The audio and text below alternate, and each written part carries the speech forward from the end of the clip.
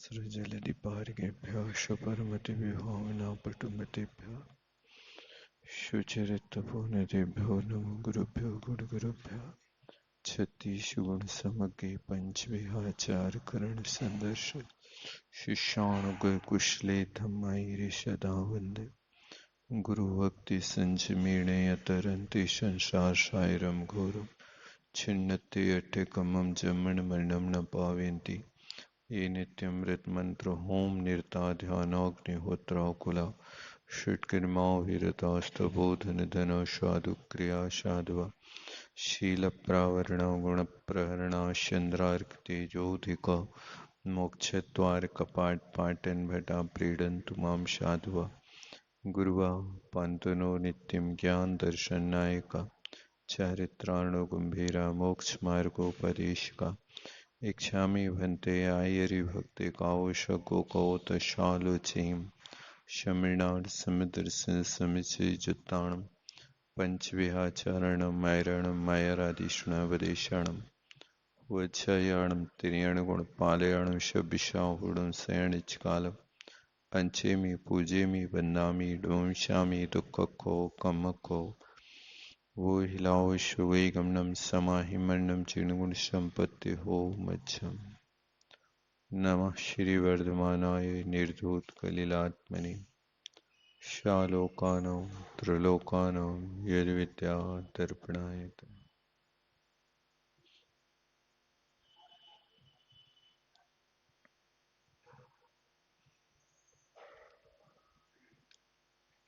संसार भावना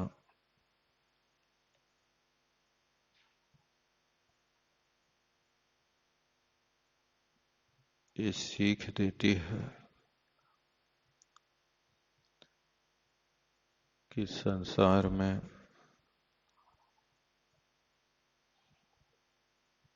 किसी भी पर्याय में जाना हर जगह कष्ट है। लोग समझते हैं कि देवगति अच्छी है,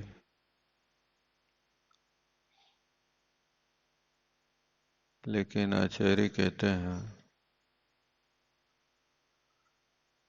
कि राग उदय से वहां भी दुख होता है, क्योंकि राग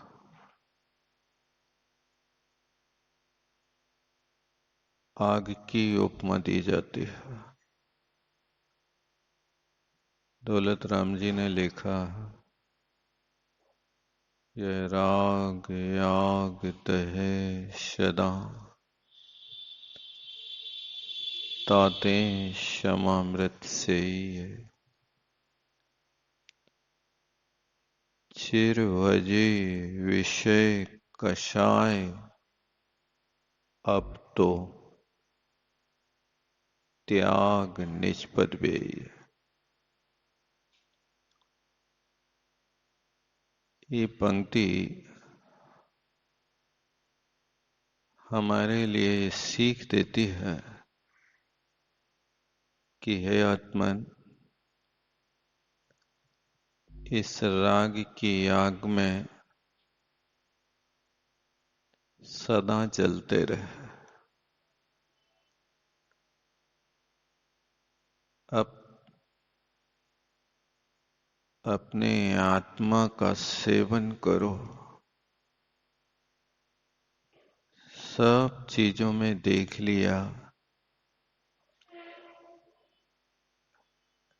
न कहीं राग में सुख मिला, न द्वेष में सुख मिला। ये दोनों भट्टी हैं। राग भी जलाता है, द्वेष भी जलाता है। अंतर इतना है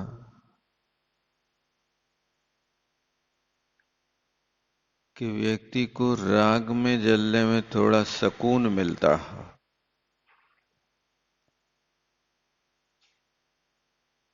और राग के लिए नहीं समझ रहा है कि जहर चाहे मीठा हो या कड़वा हो, जहर तो दोनों घातक हैं। कोई भी जहर प्राणों का रक्षक नहीं है। अंतर इतना हो जाता है कि मीठा जहर खाते समय तो थोड़ा मीठा लगता है,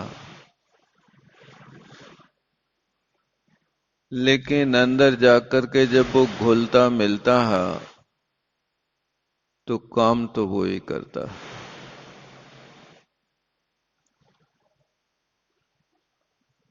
और कड़वा जहर भी खाते समय जीभ भी कड़वी होती है, और अंदर पहुंचता है तो भी घातक काम करता है। ये दोनों का काम एक ही है। तो आप सोचते हो कि स्वर्ग में सुख होता है, इंद्रिय सुख की प्रचुरता तो है,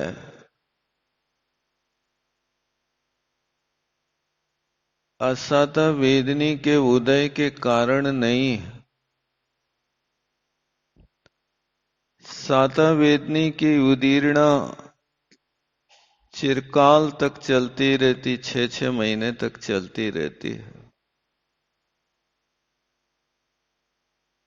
इन सब भोग सामग्री के होने पर भी राग की परिणति वहां मानसिक दुख ज्यादा होता।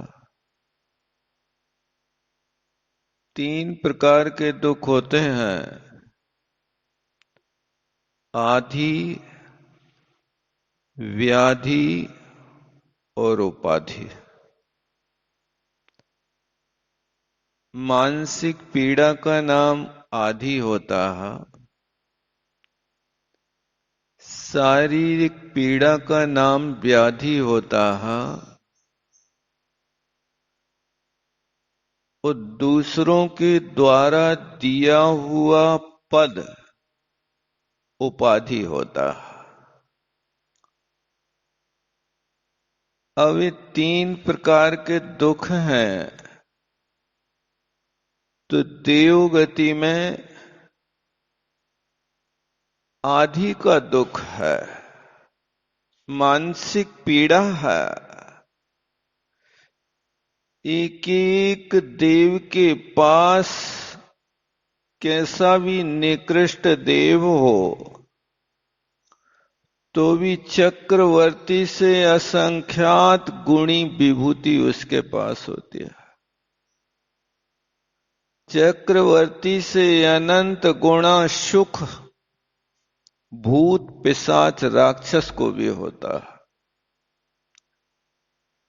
लेकिन देखा जाए तो उनमें परस्पर में एक दूसरे के प्रति द्वेष की ज्वाला भड़कती रहती है। ये देव सब एक जैसे नहीं है, उनमें 10 प्रकार के भेद हैं। एक इंद्र है, उसके अंडर में रहने वाला अभियोग्य जाति का देव है। अब उस स्वर्ग में है, सारी विभूति है, लेकिन मानसिक पीड़ा यह है कि उसको सौधर्मेंद्र का वाहन बन करके जुतना पड़ता है। सौधर में इंद्र कहेगा कि चलो भाई, आज मध्य लोक के भरत क्षेत्र में आदिनाथ भगवान का जन्म कल्याणक होना है, तुम चलो ऐरावत का रूप बना करके। अब वो ऐरावत हाथी का रूप बनाएगा और अपनी विक्रिया से सारे के सारे उसमें सजने धजने का काम करेगा। और जब इंद्र उसके ऊपर सवार होता है तो उसके अंदर मन में पीड़ा होती कि देखो हम भी देव हैं, ये भी देव हैं, लेकिन इनका कितना पुण्य का उदय कि हमारी छाती पे चढ़ के वहां यात्रा करने जा रहे हैं। ये मानसिक पीड़ा उनको पूरे जीवन भर सताती रहती है। ऐसे सभी प्रकार के देव हैं, सबको कोई ना कोई अंतरंग में बाधा होती है। और सबसे मेन चीज ये है कि शारीरिक पीड़ा की अपेक्षा मानसिक पीड़ा बहुत बड़ी होती है। शरीर रोगाक्रांत हो लेकिन मन प्रसन्न होवे तो वो रोग महसूस नहीं होता। और शरीर स्वस्थ हो लेकिन मन में कोई पीड़ा होवे तो फिर सब कुछ होते हुए भी मन नहीं लगता। इसलिए वहां पर भी राग के उदय से व्यक्ति को कष्ट तो भोगना ही पड़ता। व्यक्ति चाहता है कि हमें सुख मिले, लेकिन तुम सुख की परिभाषा तो जानते ही नहीं हो, किसे सुख कहते हैं। आप सिर्फ उस वस्तु को सुख चाहते हो, मानते हो कि जो एक बार हमारे भोगने में आ जाए, हमें तृप्ति हो जाए, बस हमें सुख मिल गया। भोगों से कभी कोई को तृप्ति हुई है भैया? सोचो तो। सोचा था मैंने भोगों से बुझ जावेगी इच्छा ज्वाला, परिणाम निकलता है लेकिन मानो पावक में घी डाला। मैं बार बार सोचता हूं कि इस वस्तु का भोग बस एक बार कर लूं, एक बार वो वस्तु जो अनुपलब्ध है उसको पालूं, एक बार 7 खंड की मंजिल बना लूं, बिल्डिंग बना लूं, एक बार अच्छी बढ़िया 1 करोड़ रुपए वाली गाड़ी पे बैठ लूं, खरीद लूं और मेरी गैरेज में पड़ी रहे। हर चीज की भोग की इच्छा होती है, लेकिन सोचा था कि अब संतोष मिल जाएगा। संसार की परिवर्ती देखो आप, वो सोचता रहता है कि अब सुख मिलेगा, इससे सुख मिलेगा, इससे सुख मिलेगा। तो मनुष्य बने, वो तुम कार पे नहीं घूमे तो तुम्हारा जीवन बेकार। मनुष्य बने और शादी नहीं भई तो जीवन बेकार। मनुष्य बने और कोई अच्छा व्यापार नहीं किया तो जीवन बेकार। मनुष्य बने और पढ़ लिख गए और नौकरी नहीं मिली तो जीवन बेकार। क्या है ये तुम्हारा सोच? ये हर व्यक्ति की ये सोच होती कि ऐसा नहीं कर पाया तो क्या करूंगा। एक दिन एक दादाजी आए, 80 वर्ष की उम्र थी, वे रोने लगे। क्या बात है भाई? बोले सब कुछ किया, छोटे लड़का की शादी नहीं कर पाया। तो दुख उसको होवे, तुम्हें काहे को दुख है? शादी उसकी नहीं हुई, दुख उसको होना चाहिए। अरे दुनिया कहेगी कि ये ऐसे निकम्मे निकरे के लड़का ढांक नहीं पाया। ये भी ढांकने की वस्तु है। ब्याह नहीं कर पाए। मैंने माथा ठोका कि ये लोग कैसे आकाश के फूल चुनते हैं। फूल तो पेड़ में होते हैं, लेकिन ये आकाश के फूल तोड़ में फिर रहे। देखा कभी आकाश के फूल होते हैं? खे नास्ति पुष्पम तर्षु प्रसिद्धम। पुष्प तो वृक्ष में ही होते हैं, लेकिन ये सोच व्यक्ति की आकाश के फूल चुनना चाहता है। वो इस चीज के लिए दुखी है। 80 वर्ष में मरने का दुख नहीं है उसको। अब तो टिकट हाथ में है। 2 बार बड़े बड़े वारंट आ गए हैं, 2 बार अटैक आ गया है, और रासू बहा रहा है, तो लड़का की शादी नहीं हुई। मैंने तो देखा, ये व्यक्ति को 80 वर्ष में कोई शारीरिक पीड़ा नहीं है, लेकिन मानसिक पीड़ा उसको आज बुढ़ापे में आंसू ला रही है। ऐसी कोई ना कोई पीड़ा व्यक्ति अपने मन से कल्पना करके बना करके रखता है, वो निर्विकल्प नहीं होता। इसलिए आचार्यों ने कहा निर्विकल्प में सुख है, कल्पनाएं तो हमेशा बनती रहती हैं। इसलिए ध्यान रखो कि कामनाएं कम करो, काम करो ज्यादा। भावनाएं शुभ करो, दान करो ज्यादा। इन कल्पनाओं के जाल में मत पड़े रहो। कामनाएं हमेशा कम करो, इच्छाएं कम करो, बढ़ती हुई इच्छाएं, क्योंकि तुम्हारी इच्छा बढ़ेगी, तुम्हें कदम बढ़ाना पड़ेगा। कोई भी चीज की इच्छा होगी, अब वो इच्छा की पूर्ति के लिए तुम्हें कदम बढ़ाना होगा। जैसे बने तैसे इच्छा की पूर्ति करना है। अब यदि आपके पास उस इच्छा की पूर्ति करने के लिए ताकत नहीं है, तो उस इच्छा की पूर्ति करने के लिए लोग चोरी करना चालू कर देते हैं, उधारी लेना प्रारंभ कर देते हैं, दूसरों के जेब काटना प्रारंभ कर देते हैं।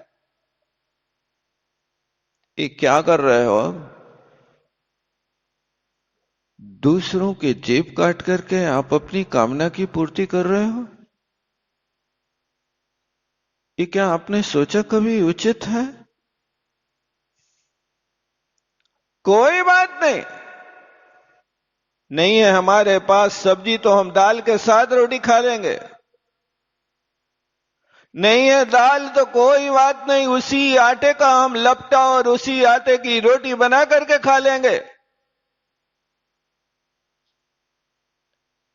अपने मन को समझा करके रखो। रोटी और दाल नहीं है, यदि दाल खाने की खूब इच्छा है तो दुकान पे उधारी की याचना करना पड़ेगी, नहीं देगा तो चोरी करने की भावना करना पड़ेगी। आप अपने भाग्य से ज्यादा चाहने की कोशिश करते हो, इसलिए रात दिन आप सोच में डूबे रहते हो, अब क्या करें, कैसे पैसा आए, कैसे आए। आज तक आपने कभी बांध तो बांधा नहीं, जितना आता है उसमें संतोष नहीं होता। इसलिए एक नियम ले लो कि कामनाएं कम करो, जो है उसमें सुखी रहो। जो है वो किसी से कम नहीं, जो नहीं है उसका कोई गम नहीं है, ऐसा सिद्धांत बना लो। आज ही गला पकड़ रहा है आपका, माइक क्या है। ये सिद्धांत यदि आपका रहेगा, जो है किसी से कम नहीं है, बात है। और जो नहीं है गम नहीं है। हर वस्तु हर किसी को उपलब्ध नहीं होती है। उपलब्धि के लिए आपको अपना पुण्य बढ़ाना होता है। लाभ के लिए लाभांतराय कर्म का क्षयोपशम करना पड़ता है। और लाभांतराय कर्म का क्षयोपशम तब होता है जब तुम दान देते हो, क्योंकि दानांतराय और लाभांतराय ये दोनों चीजें आपके लिए होना कंपलसरी है। निज हाथ दीजे साथ लीजिए, ये पंक्ति आप पढ़ते कहीं पर, ये क्या सूचित करती है? निज हाथ दीजे माने अपने हाथ से दान करो, और अपने साथ लीजिए माने लाभांतराय कर्म का क्षयोपशम करो। ये पंक्ति दो चीजों के लिए सूचित कर रही है। आपने निज हाथ से कुछ दिया कि नहीं दिया? आप दान जितना देंगे उतना लाभ मिलेगा, जिसका देंगे वो मिलेगा। आप अकेली एक वस्तु का दान दोगे तो सारे भोगों की प्राप्ति नहीं होगी, सिर्फ उसी वस्तु का लाभ होगा। क्योंकि एक एक वस्तु को पाने के लिए अलग अलग लाभांतराय कर्म का क्षयोपशम करना पड़ता है। भगवान आदिनाथ ने सब कुछ दान दिया, एक बैल के लिए भोजन करने के लिए उसके मुख पे पट्टी बंधवा दी। ये खाएगा नहीं, रक्षा हो जाएगी अनाज के। अब सब कुछ दान दिया, इस वस्तु का दान नहीं दिया तो उसी का लाभ नहीं हुआ। देखो कैसी विचित्रता है। जब आदिनाथ भगवान दीक्षा लेने के 1 साल बाद आहारचर्या को गए तो अयोध्या से लेकर के हस्तिनापुर तक जितने वार चर्या को निकले होंगे, वहां के लोग उनके लिए राज देते थे, कन्याएं देते थे, रथ देते थे, हाथी घोड़ा देते थे, हर वस्तु देते थे, लेकिन कोई रोटी नहीं देता। रोटी भी कहते खा लो महाराज, ऐसी बात नहीं, लेकिन रोटी खाना विधि पूर्वक। नौदा भक्ति की विधि पूरी होवे तो रोटी खाएंगे, अन्यथा नहीं खाएंगे। उन्हें आदिनाथ भगवान ने ये सबका दान दिया था, तो मुनि बनने के बाद भी लोग इन चीजों का लाभ कराना चाहते थे कि भगवान तुम्हें जो चाहिए वो ले लो, हमारे घर में आहार कर लो। लेकिन उनने किसी भाव में वो नियम बनाया था कि बैल के मुख पे मुसी का बांध दो, आहार नहीं करना। बस यही स्थिति इनकी हुई कि वो कर्म ऐसा इनके मुसी का बांध करके रह गया कि दुनिया की वस्तु लोग लाए खड़े हैं, राजा महाराजा चक्रवर्ती के बाप घूम रहे हैं, हमारे द्वारे के सामने से जा रहे हैं। धन्य है कैसा कर्म का उदय कि जो 6 खंड का अधिपति जिसका बेटा होवे, जिसका बेटा कामदेव पद का धारी होवे, और जो स्वयं तीर्थंकर प्रकृति को लिए घूम रहा होवे। थोड़ा लगता नहीं है आपको सोचने में? कौन सी चीज की कमी? लोक के सारे भंडार जिनके लिए खुले हैं, स्वयं तीर्थंकर प्रकृति जैसी तीनों लोकों में तहलका मचाने वाली, धन्य है वो तीर्थंकर प्रकृति इतनी पुण्य प्रताप वाली कि गर्भ में आने के 6 महीने पहले से देवता लोग नौकरी करने लगे जिनके घर में, नहीं करने लगे? 6 महीने पहले से इंद्र ने आज्ञा दे दी कुबेर को, जाओ अयोध्या को दुल्हन की तरह सजाओ, और जब तक उनका जन्म ना हो जाए तब तक उनकी नगरी में रोज, आंगन में रोज रत्नों की वर्षा करो। कितने रत्नों की? एक बार में 3.5 करोड़, और 3 संध्या कालों में 10.5 करोड़ रतन आपके आंगन में गिर रहे हैं। कब तक गिर रहे भाई साहब? 6 महीने पहले से लेकर के 9 महीने आगे तक, यानी 15 महीने दिन। 15 महीना के दिन कितने होंगे भाई साहब? 15 × 45, 450 दिन। और एक दिन में 10.5 करोड़ वर्ष हैं, तो 10.5 करोड़ का 450 दिन में गुणा तो करियो भाई साहब, कितने हो रहे हैं? कितने रतन वर्षेंगे बताओ? 15 माह तक हुई लुटाई, भर भर ले गए लोग लुगाई।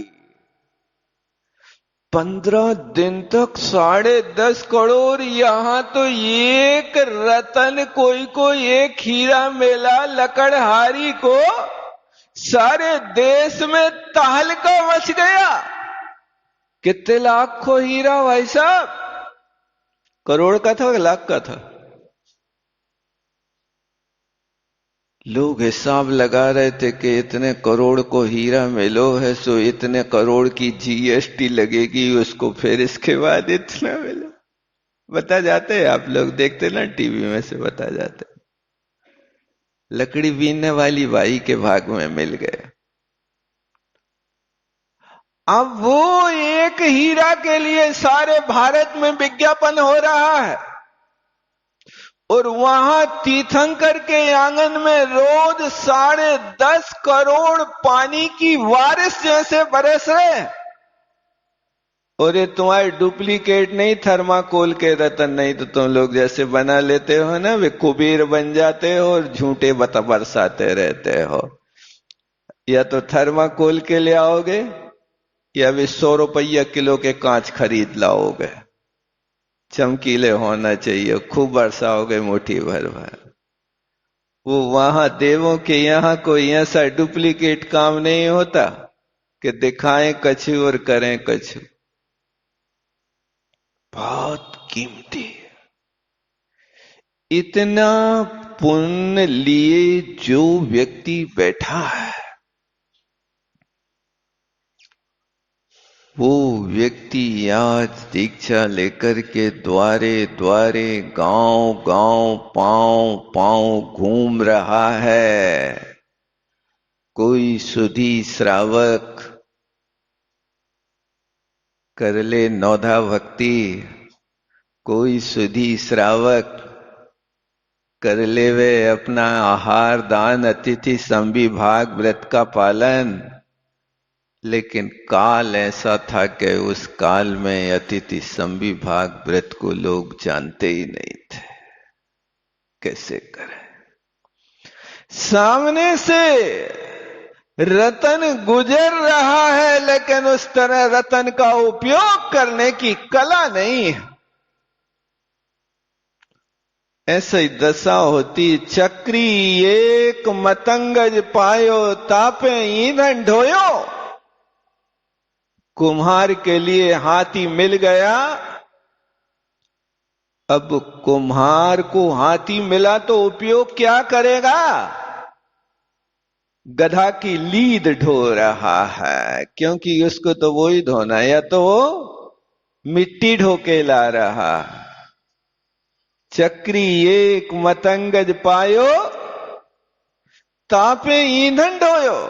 बस ऐसा ही दशा है कि मनुष्य पर्याय जैन कुल उत्तम कुल निरोगी काया और आर्य खंड देव शास्त्र गुरु का समागम रूपी हाथी मिला और क्या कर रहे? नौन गुर तोल रहे। धन्य झाड़ू पोछा में जिंदगी निकल रही। क्या लाभ किया उस पर्याय का तुमने? हर चीज के क्षयोपशम के लिए हर चीज का दान देना चाहिए। एक दिन एक महिला आई, उसने महाराज को आहार दिया तो एक गिलास रोटी का दिया। उन लोगों ने कहा चलो अब दे लिया, बाहर हो। अरे भैया, हाथ जोड़त है, अकेली रोटी को दान दे हैं तो सूखी रोटी हमें मिले है खावे के लाने। हम अकेली रोटी नहीं, पूरी चीजें दे हैं। सब्जी भी दे हैं, दाल भी दे हैं, चटनी भी दे हैं, पापड़ भी दे हैं, किशमिश भी दे हैं, मिठाई भी दे हैं, सब चीजें दे हैं, तब हमें सब चीजें मिल हैं खावे। मैंने कहा वली है डुकरिया बिना पढ़ी लिखी होवे, लेकिन सब चीज को दान दे करके सब पाए रही, क्योंकि जो दोगे वही तो मिलेगा। यही तो सिद्धांत है। तुम तो संतोष कर लेते हो कि चलो पानी दे दो, पानी मिल गया तो पानी दे दो, और पानी देवे में भी भीड़ हो तो चलो हाथ लगा लो, हाथ लगा के काम कर लो, चला लेता। अब तो क्योंकि हर जगह हाथ लगा लेते, आप आहार दान में भी हाथ लगा के काम चलाते, पूजा में भी यहाँ पर एक चटक चढ़ा रहे हो तो 10-5 लोग हाथ लगा ले। क्षुधा रोग विनाशना है। कौन को क्षुधा रोग नाश हुई है बताओ? वो क्षुधा रोग का नाश करने के लिए भी तुम्हें थाली भर मिलेगा, लेकिन देखने ही मिलेगा, खाने नहीं मिलेगा, बस इतना है। हाथ लगाओ, मुंह में नहीं रख पाओगे। आप कहते हैं हम बहुत व्यस्त हैं। बेटा जितने व्यस्त हो उतना त्रस्त है। आप व्यस्त नहीं हो, अस्त व्यस्त हो। ये त्रस्त होने के तरीके हैं। आप बीज क्या बो रहे हो ये बताओ? वो होशियारी से काम कर रहा है। ये पंक्ति हमेशा याद रखो। निज हाथ दीजे साथ लीजे। ये दानांतराय कर्म के क्षयोपशम के लिए कह रही कि तुम्हें दानांतराय कर्म का क्षयोपशम करना है तो निज हाथ दीजिए। दूसरे के हाथ से नहीं, हाथ लगा के नहीं, द्वारे पे खड़े होके आहार देखने से तुम्हारा कल्याण नहीं होगा। आहार देखे आए, बस देखने मिलेगा। आहार देखोगे तो संपत्ति मिलेगी, देखते रहोगे भोगेगा कोई, भोग नहीं पाओगे तुम। और दोगे तो वो तुम्हें मिलेगी भोगने।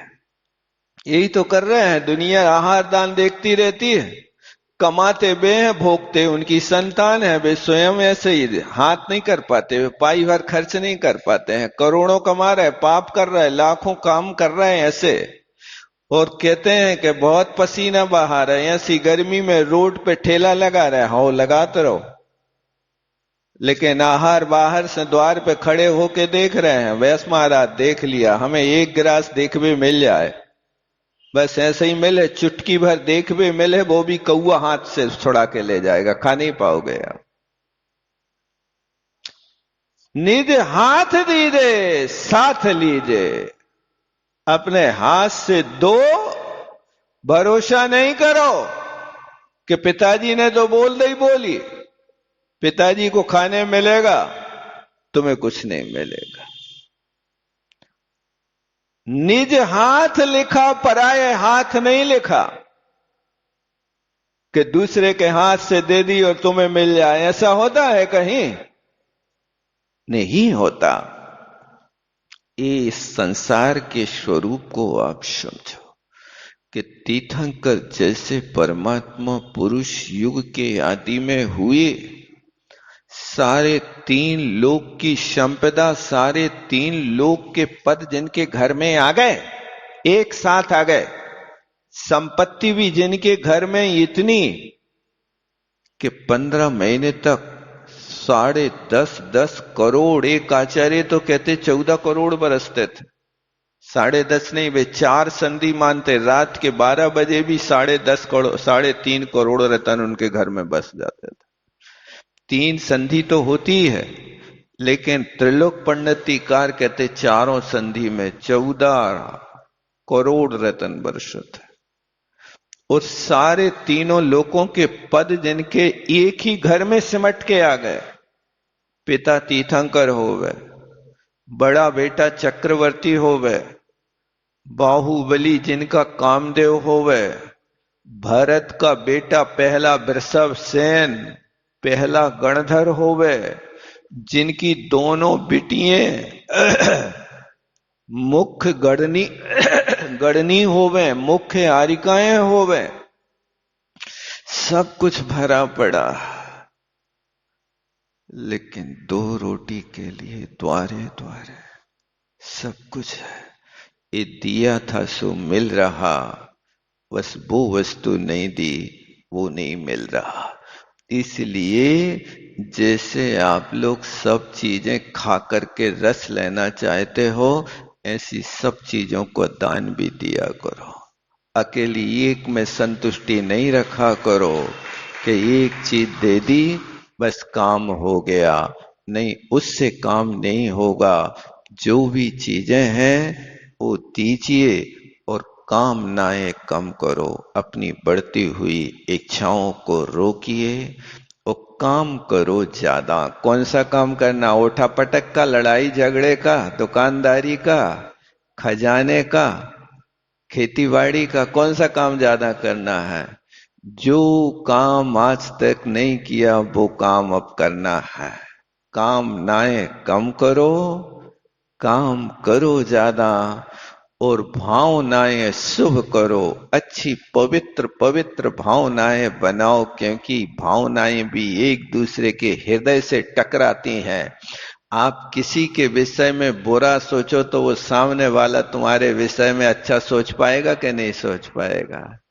तुम जैसे हर व्यक्ति से प्यार चाहते हो, तो क्या तुम भी हर व्यक्ति को प्यार देते हो क्या? आप दूसरों को नफरत बांटो और वो तुम्हें खुशियां बांटे, ऐसा कैसे होगा? ददाति यत्तु यश शास्ति सुप्रसिद्ध मिदम वचा। तुम जो दोगे तुम्हें वो ही लौट के मिलेगा। आप दूसरी चीज की कोशिश मत करना। इसलिए सुबह आंख खुलते ही सोचो, क्या दुनिया का हर व्यक्ति, गांव का, समाज का, परिवार का हर व्यक्ति आपसे खुश है क्या? सोचो आप। यदि हर व्यक्ति आपसे खुश है तो आपके पास कुछ भी न हो तो भी आप दुनिया के शहंशाह हैं। आपने हर व्यक्ति को खुशी बांटी है। और यदि आपके पास बाहर में सब कुछ है लेकिन आपकी पत्नी आपसे संतुष्ट नहीं है, आपका बेटा आपके साथ हमेशा राम रावण का व्यवहार रखता है, जब बेटा कुपित होता है तो एक बार एक बेटा नाराज होकर के अपने बाप से आकर के कहता था, महाराज मेरे बाप को समझा दो, वो एक चौथे काल में रावण पैदा हुआ था, पंचम काल में मेरा बाप रावण बन करके आया है, जो हमेशा चढ़ाई करता रहता मेरी गर्दन के ऊपर। ये होता है। तो जैसे ही आंख खुले महामंत्र का स्मरण करके आप देखो कि हर व्यक्ति आपसे प्रसन्न है। यदि प्रसन्न है तो आप और प्रसन्नता बढ़ाने की कोशिश करो, और यदि नाराज है तो जैसे बने तैसे उसकी नाराजी को मिटाने का प्रयास करो। बोलो आचार्य गुरु और विद्यासागर जी महाराज। जावाणे के ज्ञान शेषु चेलो कालो, शोवाणी मस्तक धरूं सदा देते हूँ धो। हे चिन बाणी भारती तो जपूं दिन रे, जो तेरो शरणा गए सो पावे सुख चैन। देव भजो अरहंत को, गुरु सेवो निर्घंत। यही मोक्ष का पंथ।